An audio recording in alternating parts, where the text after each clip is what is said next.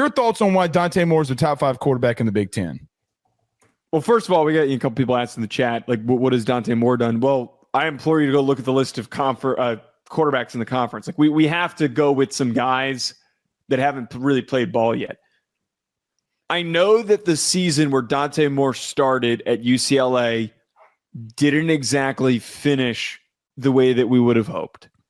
But he was another player who I thought there were some instances on tape where you just go, whoa, where he could really spin it, where he could really drop it in the bucket, make some really difficult throws because he can rip the football. I have the context of Dante Moore doing that at a mediocre UCLA team with an indecisive Chip Kelly who couldn't make a decision and kept bouncing between him and Colin Schlee and Garbers and all that crap. I'm going to take this a step further to anger you. If there's somebody who could have a Jaden Daniels type. Don't do that. Seriously. Do that. I'm not saying this year. I'm saying that in his last year at Oregon. But I look at it, I find a very similar comparison because when Jaden Daniels got to Arizona State, a lot of people in draft circles were saying, like, man, this kid's special in his freshman season. And then he never improved when he was at Arizona State. And then he got to LSU and he showed some bright signs, but nobody like really knew what he could have been except for people like you that were following him at LSU. And then that final year, he has the special season.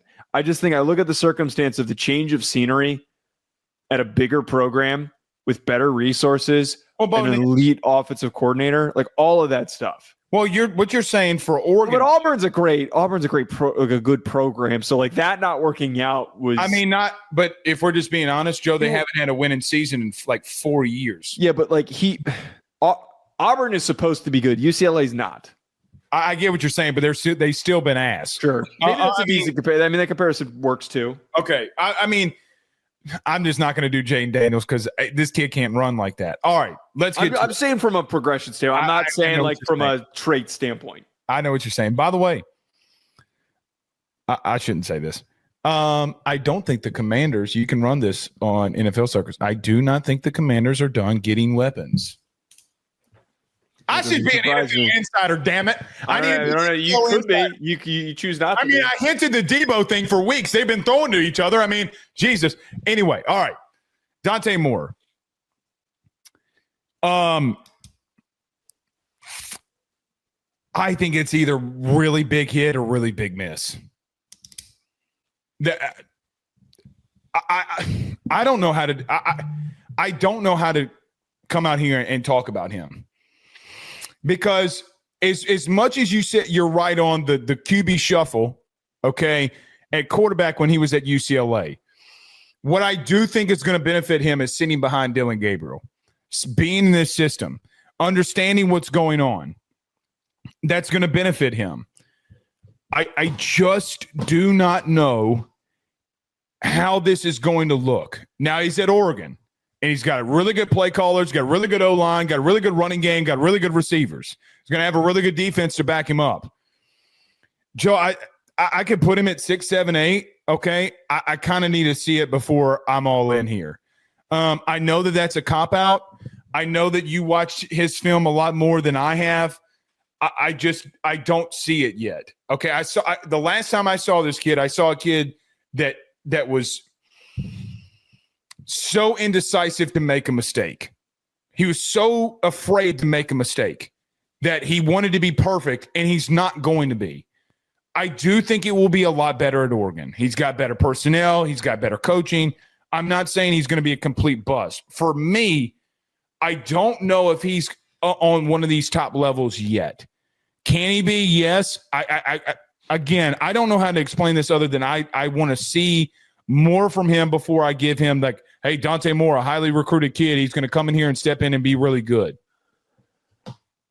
I just like the biggest thing with me is that, again, when we saw him play, like we saw the athleticism, or not the athleticism, the arm talent, because he's a decent athlete. He's not going to be like a high level guy. I didn't mean to phrase it like that. He had the arm talent to be successful, but he wasn't in a good situation. This is the best possible situation that he could have landed in because we've got back-to-back quarterbacks in Will Stein's system that have had ridiculous production. We're talking about Heisman. We don't talk about Will Stein enough, by the way, for how good he is. I agree. Heisman level, 2 guys that were Heisman finalists that he took to the next level.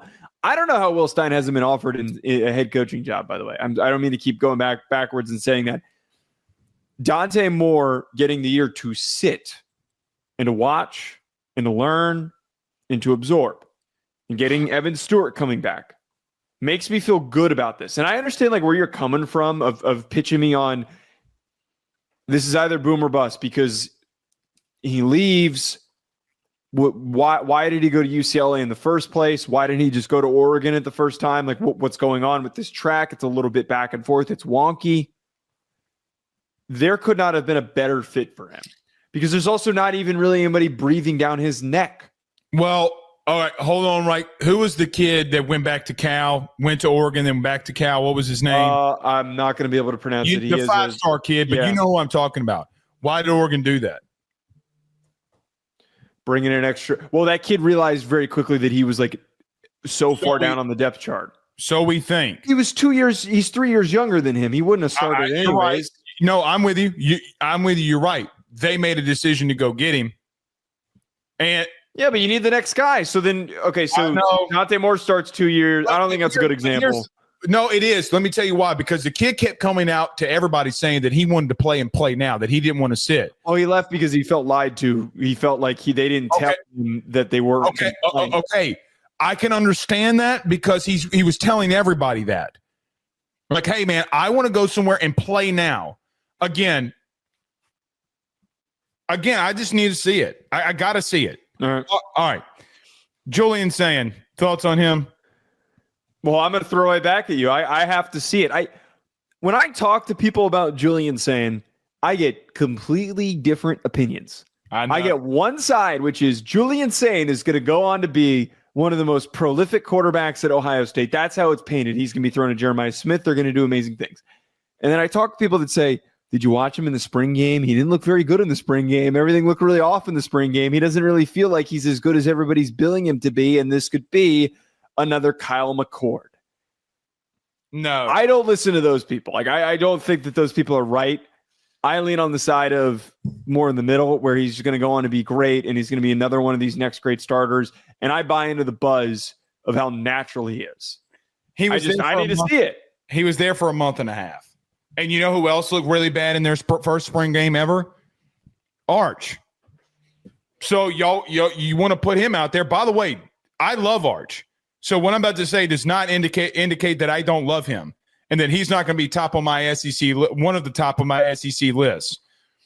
He threw 2 interceptions against ULM, who was one of the worst teams in the country, like as a first-time starter. So what's the difference here? You're basing your opinion. I'm not to you, Joe. I know you know that I'm not saying this to you. You're basing your opinion off of spring game. Like no. Well, I'm not. Yeah, I'm not basing mine. I'm just off.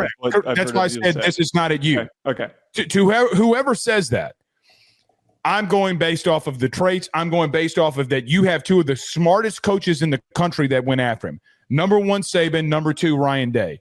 I'm going to lean in on that. You had those 2 guys go after him and get him committed and signed. What do they know that I don't? Now, it doesn't mean that Nick Saban, doesn't mean that Ryan Day don't miss. They will miss. Everybody's human. I'm going to take a big leap of faith here. You're right. I have no reason to do it. I'm taking a big leap of faith. I'm going to give it Julian Sayin the nod here. I think that's totally understandable. And there's 2 sides to this. He's thrown to Jeremiah Smith. He's already got a go-to option. When in doubt, just throw the ball to Jeremiah Smith. I do kind of worry. I understand Oregon's also replacing offensive linemen, but Ohio State's replacing their whole line. Yeah. They're replacing their entire offensive line. I kind of wonder how much that's going to affect. They're replacing 2 running backs, too. They're replacing Emeka Ibuka. And an offensive coordinator. Well, look, here's the thing. Shit, man. Like this might be a little bit of like a kind of a sobering first year. Good. I don't think it's bad for him. I think it's bad for projecting him in the top 5. That's where I'm coming from. Here's we gave this to Dante Moore. I'll give it this before because it's the last thing I'll say here. If you're going to give it to Dante Moore, I'm going to give it to Julian Sayin more than Dante Moore because listen, What was those meeting likes with Will Howard and Chip Kelly and Ryan Day? I do think that it's a completely different situation than Dante Moore's in.